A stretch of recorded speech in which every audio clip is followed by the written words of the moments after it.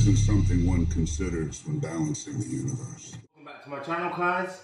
Now, I have not just come back. I've watched Avengers Endgame probably about 3 times.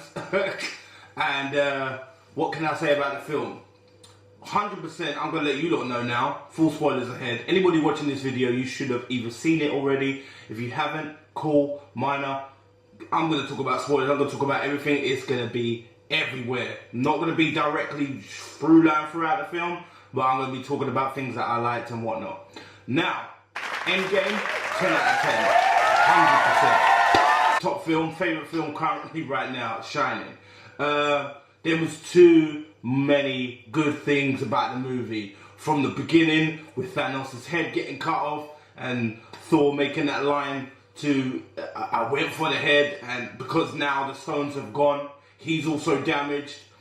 From the point of view of seeing it, even more in the beginning, even before that, seeing, you know, Iron Man and Nebula trying to survive because of the battle that happened in Infinity War, and then having Captain Marvel save them. Also loved the time jump. The time jump was nice. 5 years after everything has been done, and the snap and how people survive and dealing with the snap, and having Tony now, you know, Moira's got a little girl, have a nice family. He's not the rich billionaire like we have done and we have seen.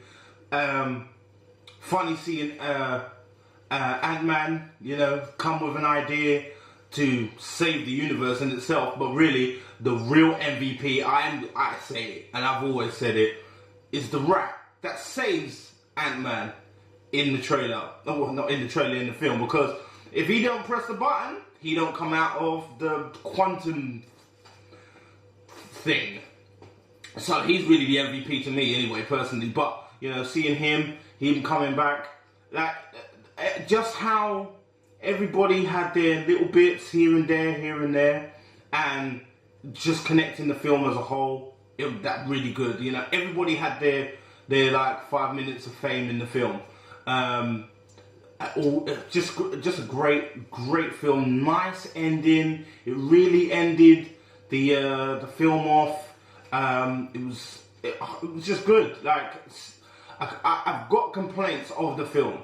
I do, but as a whole, watching it, especially with the 22 films that we've had prior, and just to like seal the deal with the whole Infinity War saga, no more. So good. Like I said earlier, it's a 10 out of 10 for me. The things that also I loved, you know, time travel was in my heart. I love it. I knew time travel was coming. I knew they would have to go back in certain time and events when it comes to the movies to pick up these stones. I knew that was going to happen because they have to. Especially more so now, we already saw that in the beginning. Obviously they took the stones, but even before that, I knew that they'd have to do that because they ain't going to get off him, even if they did have them. With Captain America being old, passing the shield to Falcon, maybe he might become the next Captain America. Love that too. The fact that he got his ending as well, that was nice. The big battle at the end, from a battle point of view of Civil War, to the battle that we saw at the end of Ready Player One. I say that Endgame definitely, as an amalgam of all characters together, all on one screen, that was the best. Definitely. It looked really good visually. Granted, alright, obviously everybody's not there, but it looked so good. Thanos, ruthless. Regardless of him being on death's door, he is ruthless. He's here to kill. He's here to survive. Even him coming back in from 2014 to now, then trying to kill them, like, as much and as bad as he wanted to kill them just to get the stones when he was in the Infinity War. The guy's ruthless. The guy's hardcore. But he has to be because of his agenda. So, you know, like I said, all-round good film. I can't complain. There is so much more I can say about the film. But there's other stuff. Even with Black Widow and Ronan slash Hawkeye, not as emotional as when Gamora died in Infinity War, but still bad nevertheless because they're best friends. They've been friends for ages, and someone had to go, but it had to be Black Widow. There's no way that Barton would have got chucked over because he's got family, and his family's gonna obviously get snapped out, so he had to survive. So that was emotional, but still, I still say I give that to Gamora, hands down. Now, we had the battle at the end, everybody got snapped. That was, on Thanos' team. Some people say that 2000, I think it's 14, Gamora is alive. She, in my eyes, should be dead.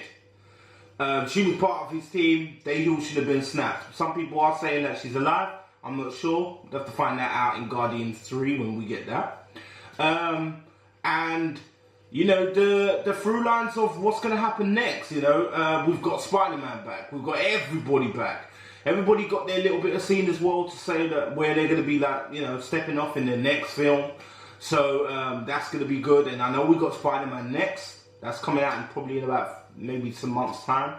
So that's going to be good. Let's see where he's at, how he may even have PTSD about, I just, survived this war in Endgame. Now, I've got to deal with kind of normal life.